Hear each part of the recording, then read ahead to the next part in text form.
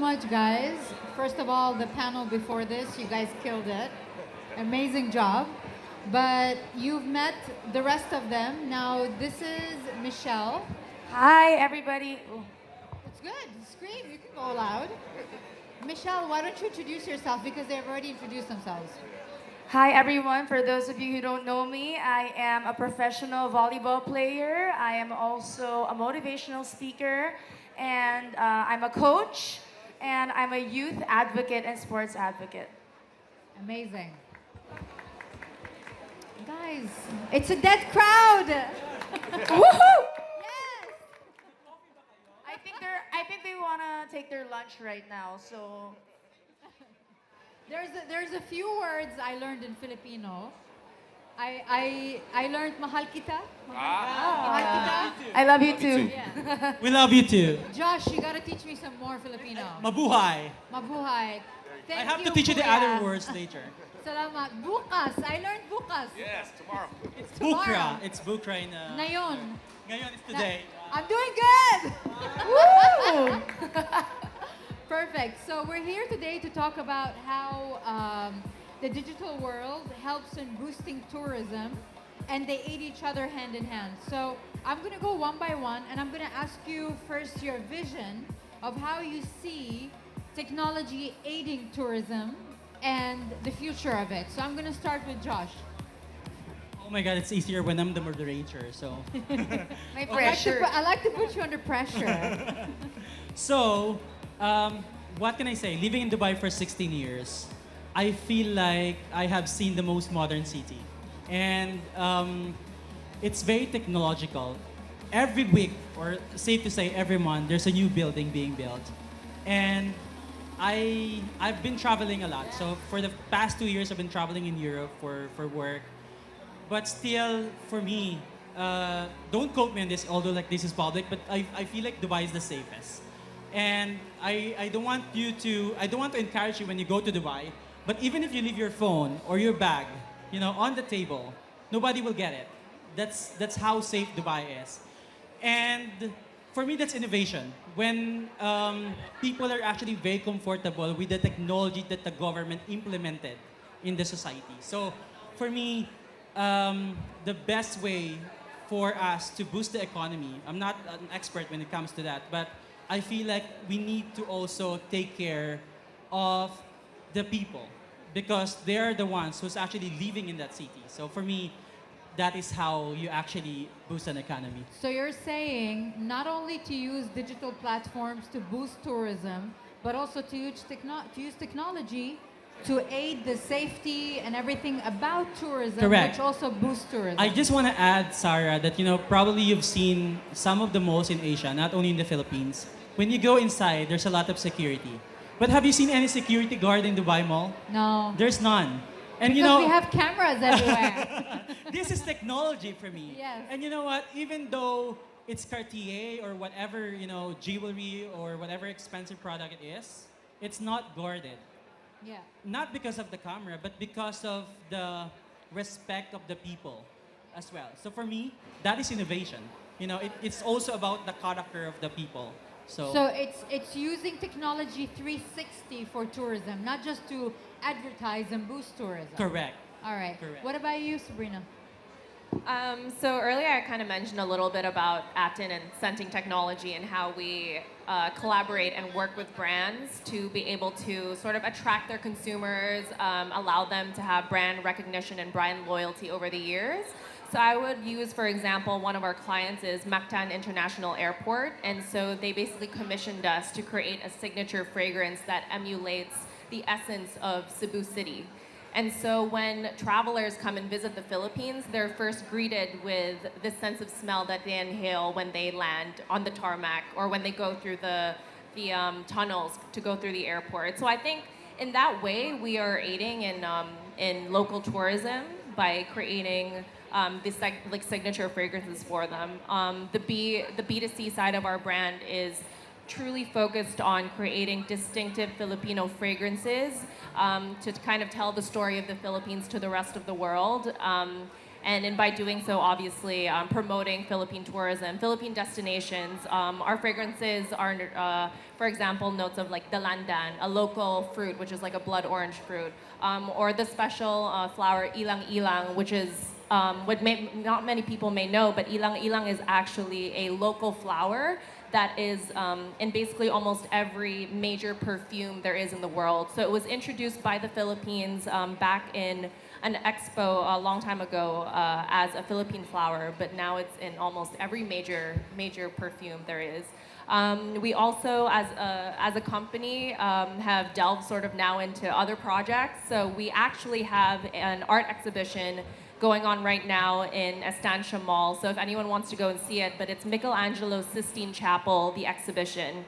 Our company basically brought this in, and it is a multi-sensory experience. So in one way, you get to see Michelangelo's frescoes up close and personal. They are replicas made on a very specific material called Decotech, which is supposed to emulate the look and feel of the fresco. And in the exhibition, ATIN was also commissioned to create the fragrance of what would it have smelt like in the Renaissance, in the Italian Renaissance. So our chemists worked together to try and figure out what ingredients worked well together of ingredients that, like, such as the fig fruit, or patchouli or cedarwood. So again, we like to work with international companies, but also local companies to give them the opportunity to create their own signature fragrances to promote their brand identity and brand loyalty.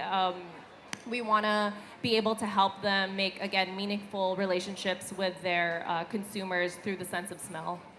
So you're talking about using the senses and engaging the tourist or the consumer with an experience that can enhance tourism in the country. Yes. And I think it's a beautiful way when you, especially the sense of smell, is one of the strongest things in the body. It's very nostalgic. Yes, actually, You know? yes. So I think people they underestimate the sense of smell, right? I think what first comes to mind in marketing is the sight or sound or maybe even taste, but actually the sense of smell stays with you the longest, like long term. So people will maybe subconsciously remember if they sniff something that they recognize. But you're also creating experiences that are unique. It's not just like, okay, here's a painting, here is a perfume. You're literally engaging their senses to create a memory in the country they're in, which Yes. is also a huge booster for tourism. Exactly, yeah. So Yeah. like I said, with our current exhibition going on in Estancia, not everyone in the Philippines has the opportunity to go and visit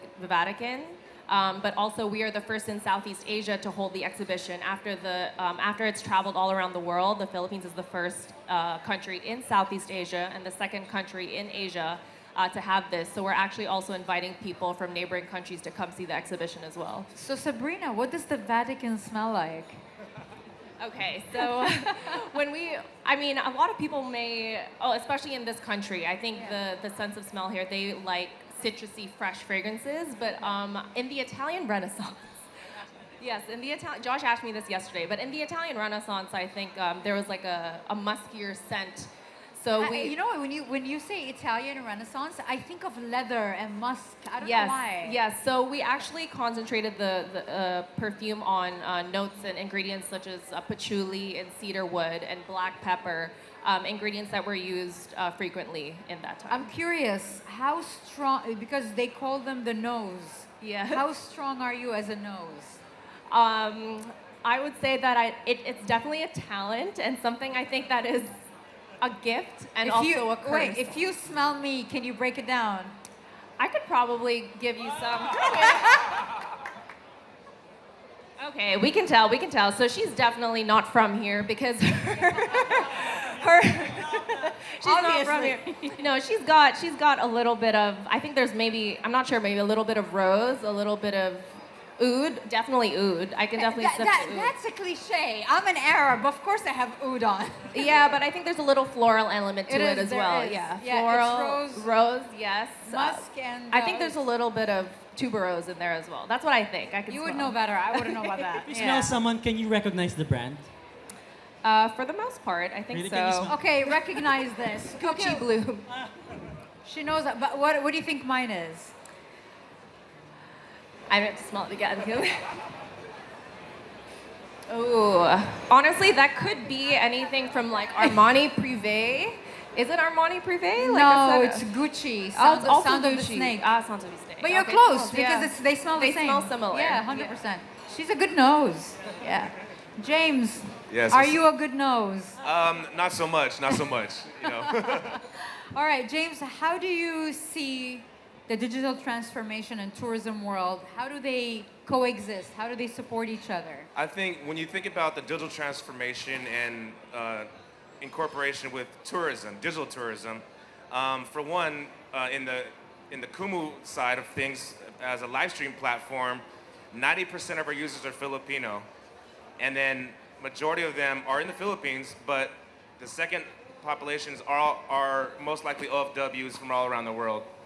So how we use it in Kumu, digital transformation, is that we harness the power of our online community. Obviously, we all use a platform on Kumu, great. But when we talk about the next generation of Kumu users, we want to bring the experiences from online to offline. So therefore, just for example, just recently in June, we had a Kumu USA concert in Las Vegas with Gary Valenciano, a very famous singer here in the Philippines. And because of Kumu, we were able to fly different users from around the world to go to Vegas to experience this event. And because of our app is so global, we have to use our app to cultivate an online community for them to get the urge, the FOMO, to go to our next event in Kumu, Thailand. And then shout out to all my Dubai friends here, we'll be there in January doing Kumu, Dubai, right? He's not advertising. No. But from that is because we have users from around the world.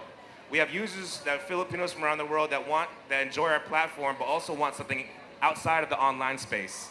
As we shift out of the pandemic, as we shift out of more interactive events that incorporate the online platform, that's how we use it on Kumu, is that we use Kumu to make sure that we can take care of our users offline as well.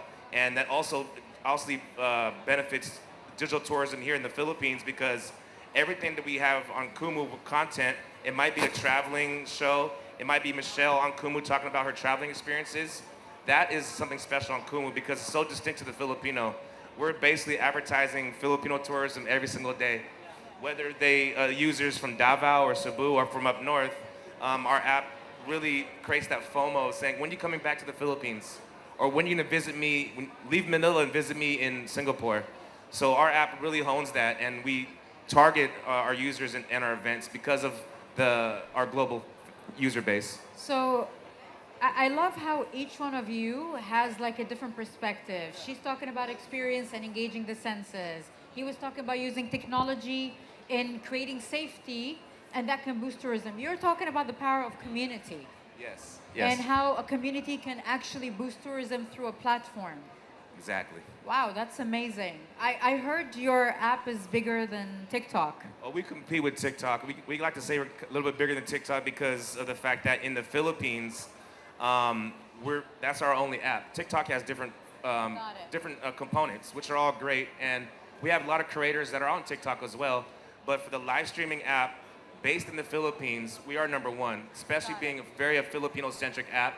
And all the features we have is very Filipino-centric. No, but you should be so proud of your accomplishments. TikTok is huge. If you can beat that, what else can you do, James? Yes, we launched 3 different apps: Pen Lab for comic book creators, Ube, and Taikita for writers. Wow. So we're definitely creating apps for different Filipino genres of different creators. Yeah. Okay, I'm moving to Michele. Michele, what do you think of tourism and technology? I think both go hand in hand. Hello. I think both go hand in hand because it's very tangible. Sports is a big driving force for tourism because anywhere you go, people love to watch sports, whatever sports it may be, not just because their country is playing or your team is playing. You can see that people really travel for sports. Like, for example, we have the Olympics, Formula One. I'm traveling to Japan in September to watch that. So it creates an interest to see it live because you've watched it online or you've watched it on television, you've watched it on demand. And because sports has been readily available all over the world, I can watch an international competition happening live from the comfort of my own home.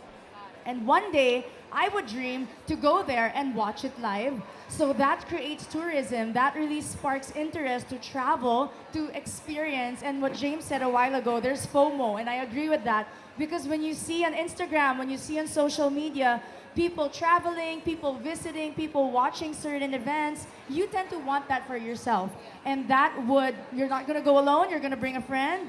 And sometimes the whole country will go and travel. Like when Manny Pacquiao has an international competition, so many Filipinos travel abroad just to watch and witness. And you can see tourism and the economy and everything just goes up. And recently, I went to Germany for a motorcycle event. So I traveled through Germany, through Italy, Austria, and to Czech Republic riding a motorcycle. 120 Filipino riders flew from the Philippines to Germany just to see and to experience this huge annual event. Thousands of riders from all over the world came to Germany to experience and to be part of this event. And every single year, they had to move because there was a rise in the annual participants going every year. And so sports can really create a big impact for tourism if it is managed, if we have the facilities, if we have the security, if we can host international events. Recently, we had a week-long VNL men's tournament that everybody really went out and watched.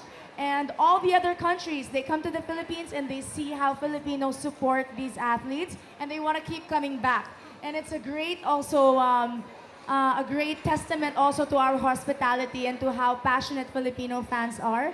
And I believe that if we can have or host more of these international sports events, it will also be a great tourism booster for our economy. I think that's so true. If you think about it, when countries bet for the World Cup, where they're going to host the World Cup, the country changes their whole infrastructure, build roads, build bridges, because they know after the event's over, tourism is boosting. So sports is such a huge contributor to tourism all over the world.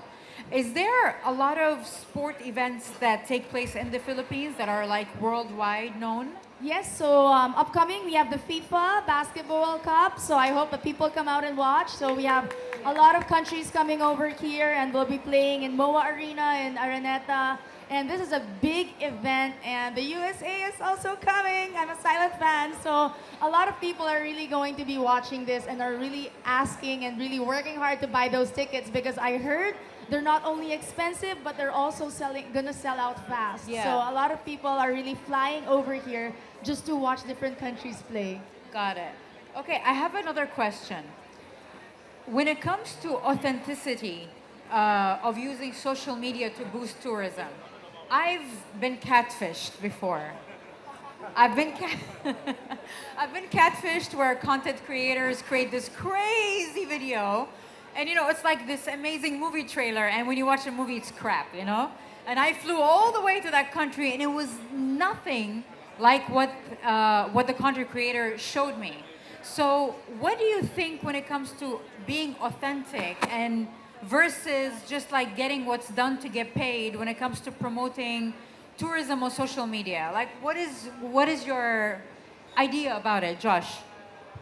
Authenticity is the core value of social media Yeah. right now. So there are a lot of people who can actually fake their profiles, use Ferrari or rent it in Dubai or whatever. But at the end of the day, you would know your own personality because your true friends knows it. And I agree with Michele that because in the Philippines, I just want to explain to you, Sara, that we have two national sports.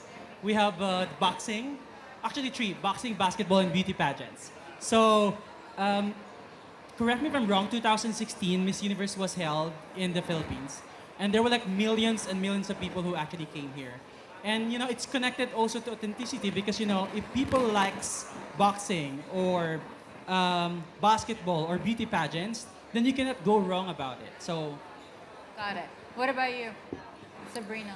I was gonna say, I think we're incredibly blessed to be in the Philippines because the Philippines has an abundance of things you can do, whether that is to go to, sites, historical sites, or even go through like nature trips.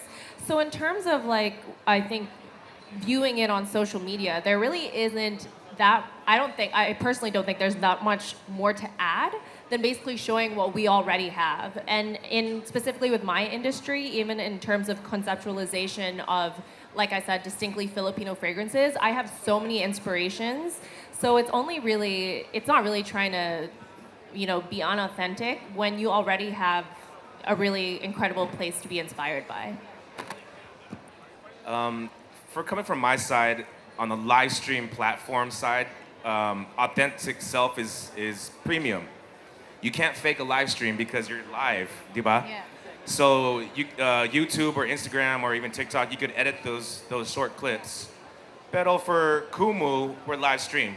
So the discourse of my experiences, for example, I just recently came from Dubai and I live streamed about it probably last weekend. And when I'm on my live stream, I'm talking about my experiences in Dubai. The viewers, I had like probably 80 people watching me. They're making comments. How was Dubai, James? And I was like, oh, hey, Dubai is awesome. Check this out. I went to Abu Dhabi SeaWorld for my family, and they could see the expression in my face when I'm describing it. And they asked me, hey, James, how's that restaurant in Dubai? Ah, man, I saw the big advertisement online, but it wasn't that good, So they see the authentic critique of what I'm talking about in my comments is very authentic. And that's what makes, I think, a live stream the differentiator between other platforms, is because you can't fake a live stream. So when you're talking about your experiences, especially in tourism, especially with Filipinos that live around the world, they could call you out too, right? Because you can say, I've been to Dubai, but did you go to Dera, where all the Filipinos live, right? And then, yeah, they're gonna say, no, you haven't. No, you haven't. You haven't been to the true Dubai. So at the end of the day, the discourse on a live streaming app, especially with your creators, and if Michelle is on there, her fans will talk to her the same thing. They could just really have that discourse versus just showing it. Yeah. Now you can talk about the experiences, talk about the smells now too, right? Yeah. Right. So yeah. No, I feel like when you are, especially as a person, like right now, each and every one of you, regardless of how many followers you have, even if it's 200 is a lot of people, right? But you have a responsibility. They say with fame, there comes less freedom and more responsibility. People think with fame, you get more freedom and less responsibility, which is not true. Because a lot of people follow you, a lot of people listen to you, a lot of people look up to you. So you gotta be authentic in everything you talk about and just be honest about things, right? So I think that's a very important element missing these days in a lot of people who have a platform, who have a voice. What about you, Michele? I think that as a social media influencer as well, we have to also admit that authenticity is also hard to come by in social media, just because everybody wants to project a certain lifestyle, a certain image, a certain brand, and we rarely talk about the defects of something. We just want to talk about the positive things. We talk about what's beautiful and what's good. And we also always want to post about what everybody wants to see. And nobody wants to see something sad or something or a loss. And so we tend to just deviate towards that genre. And we forget that, hey, my followers also want to see the real deal, the real side of life. And so me as an influencer, I also want to always talk about certain things. Like if I'm reviewing a product, I say a lot of good things, but I also have to say what's in my mind or the honest side of things. And I feel like this is what other people kind of forget. We want to be authentic, we want to be honest, but we also have to say it in a way wherein we have to be politically correct. Because in social media, we can really step on a lot of toes, and that's everyone the is biggest fear. sensitive nowadays. Everybody is so Everyone's sensitive. sensitive. And that's the biggest fear when you put your life out on social media. You have millions to critique you. You have millions of bashers. Filipinos are the most passionate fans, but they can be very harsh. And so sometimes you tend to hide a certain part of you or hide a certain side of what you want to share with the rest of the world. But I agree, authenticity and honesty is very important, and I feel like we need more people to speak up about this and to share more about this, because I, for one, also have been catfished. Like going to a place, I was expecting so much more, and it was like, what? You're like, they were paid to do this. No, but I completely agree with you. But 4 years ago, I took a decision to be raw and real on social media, and I've never been happier. I'd rather be loved for and hated for who I am than love for being someone fake, you know, just to seek validation. Like, I don't care about external validation. I want to just be real. Life is short anyways. All right. That's Since we're talking about tourism, I'll give you guys have to tell me 3 words to sell me the Philippines as a touristic destination. 3 words only. I'll start with Michelle. Why not with you? Josh, you were very fast to call that Because one. you're always starting with me. You have to start with the most beautiful, you know. So you're not beautiful? I am starting with the most beautiful. The most beautiful. Michelle, you started. Michelle, 3 words. Don't tell me this, that. No, 3 Okay. words only. Sell me the Philippines. Philippines, beaches, hospitality, and halo-halo. Beaches, hospitality, and halo. Isn't halo halo a dessert? Yes. I ate it a couple of days ago. It was good. See, it was super good. Yeah. What about you, James? Laughter. I'll go laughter. I'll go with, you said hospitality, so I'm going to go with service. I'm going to go with good service. And then the third one, I'll go with adaptability. Adaptability. Adaptability. You could go a lot of places in the Philippines and adapt to have fun, right? In Boracay, you could do 1,000 things in Got one it. place. Got it. Okay. What about you, Sabrina? I was gonna say service. I was gonna say See, service. it's hard being last, Josh. It gets harder. It gets harder when you're at the end. Thank you for that. Thank you. And you can't copy each other, Yeah, no, FYI. Yes. I would say lovable, Okay. bountiful, and inspiring. Got it. Okay. Imitation is the greatest form Yeah, of the king. flattery, Let's go. so I can just like copy. You can't copy Josh. Okay, yeah, number 1 is beauty, of course. There's so many beauty queens in the Philippines, and I'm very proud of that. Second is warmth. People here are smiling. Like everywhere you go, Sara, for sure you've noticed this one. All Filipinos are always smiling. They're very hospitable. By you're stealing their lines. Smiling and One word, hospitality. Josh, one word. That's Josh, warm. you wanted to go last. Nobody they said warm. It's warm. It's warm in the Philippines. Warm, And of course, okay. third is loving. You know, our tourism campaign right now is love the Philippines. You're stealing, Josh. Like everyone here is loving, right? And everyone knows about love the Philippines. So Baby, it's our, give it's our new me tourism campaign. 3 new ones. They've said all these things. It's actually about, for sure, it's about the people because you know, for me, the greatest. I love that. You know, ambassadors of the Philippines may not be, you know, technology or innovation, but it's people. Our people here are the most kind people, you know, that you would see in probably in the world. So So the people. You have 2 more. Don't sugarcoat me. ask the audience. Don't butter me up. Ask the audience. He's like, people. He's like, she'll feel bad for me. She'll let me go. Love the Philippines. It's 3 words. Love the Philippines. Food. People, food. You sent me cheesecakes today to my room. What the hell was that?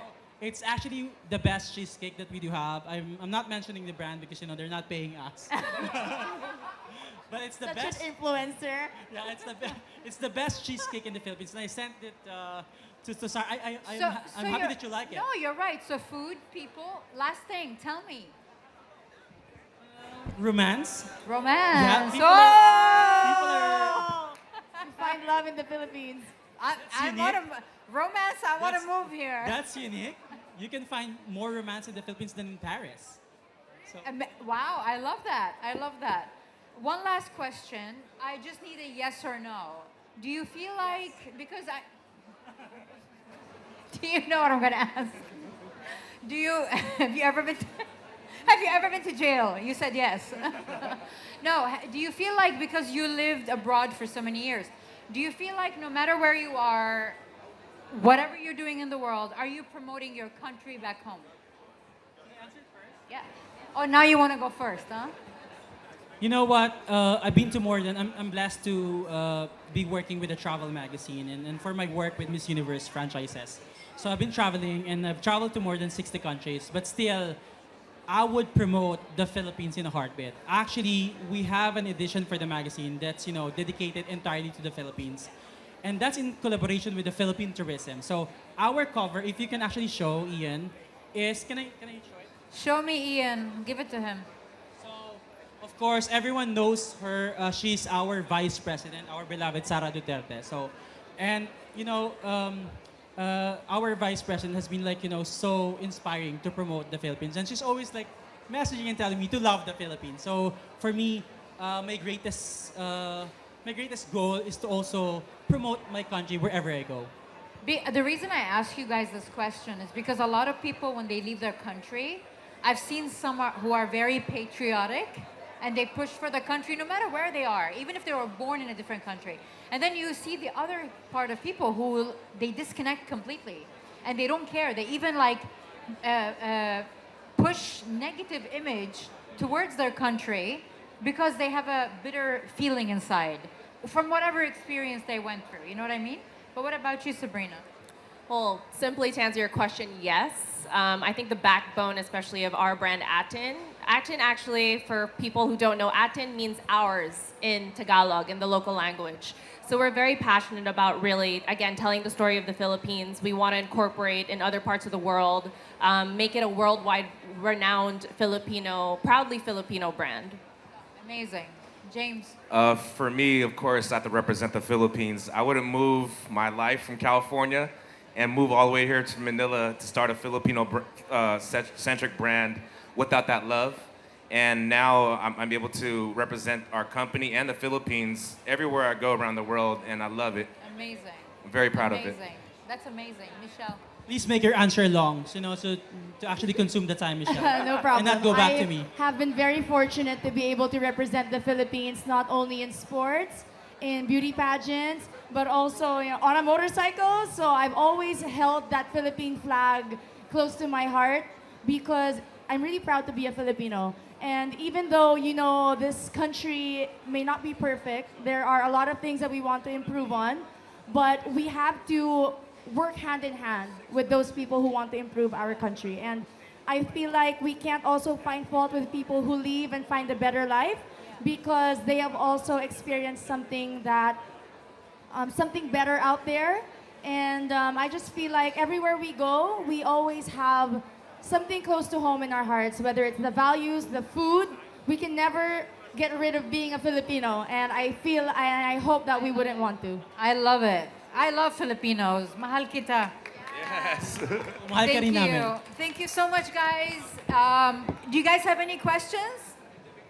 Thank you, none. We love you, Sara. I love you too. No questions? No, we're good? All right, it's a wrap. you. Thank Thank you you. so much.